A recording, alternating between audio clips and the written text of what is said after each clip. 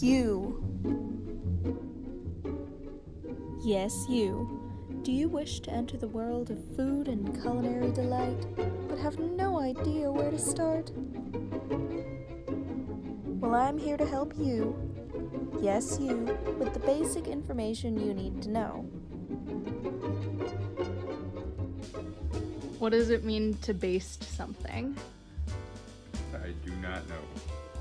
Basically where you take the juice or butter or liquid of something that an item has produced and you spread it over the top to moisten it as it cooks, basically. Oh, okay, sure, that makes sense.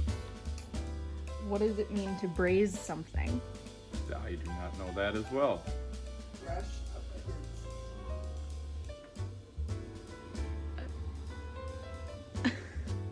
Braising. I'm actually wrong in this clip. Braising is where you cook something using both wet and dry taking heat. Juice of a different thing altogether. What does it mean to fold something? To fold, Mm-hmm. to crease, To knead. Basically, when you make puff pastry, to take butter or any sort of fatty substance and fold it into the flour and the dough to create air Okay. pockets. sure, yeah. What does it mean to dissolve something? Put it in liquid and stir it in. Combining your wet ingredients with your dry ingredients Yeah. till they're one. What is this? No. It's a rubber scraper. What is this? Flipper. Yep. What is this? A spoon with holes in it. I mean, yeah. It's a slotted spoon. Well, What is this? a grater. It's a four-sided grater? Right. What is this? A grater. A hand grater. Pat, what is this? Paring knife, Yep. What is this? the kitchen knife. Chef's knife.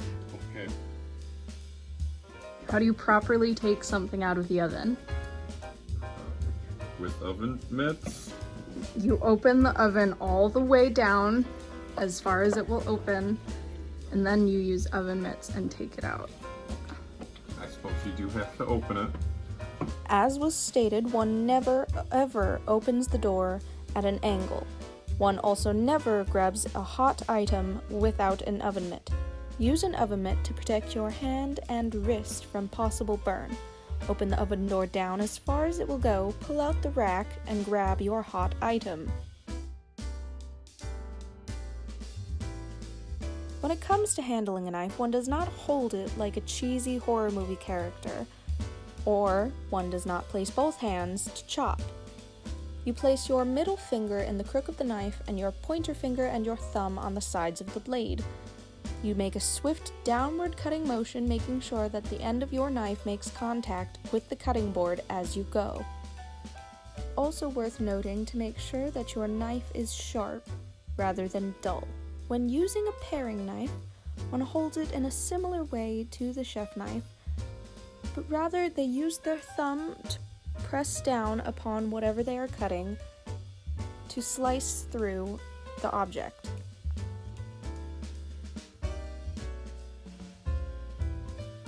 Now, if you are altogether afraid of knives and or want to be lazy, you may also use a handy-dandy tool such as the mandolin. There are 3 different settings on it. You set it to your desired thickness and simply slice away. We were not taught about this in class, but this is a simple, easy, lazy solution if one decides to use it. Why do you wash your hands for cooking? Sanitization and germs. Yeah, how do you properly wash your hands? 20 seconds. Rinse, lather, rinse, dry. When it comes to cleaning up after yourself, you have one of 2 solutions in front of you. If you are lucky, you have a dishwasher where you can simply rinse off whatever it is that needs cleaning and put it in and wait till the load is full. Then start your machine. If not, grab a sponge, wet it, apply dish soap, and start scrubbing away till your heart's content at your dirty utensils. Now, when cleaning sharp objects such as a mandolin, make sure the safety feature is on before you start scrubbing away at it. When it comes to other sharp objects such as chef's knives or paring knives, I take the sponge and I fold it over the sharp side of the blade, and I go in one direction outward, cleaning both sides, and then I do the same thing with the scrubby side of the sponge. I then rinse and put into a dryer. And the simplest of all cleanings when it comes to objects such as silverware, plates, cutting boards, or bowls, simply wash with the normal spongy side and scrub all along to get any hard stuck-on things. Then rinse and put in the dryer. And now, with these tips, you are ready to take on the world of cooking.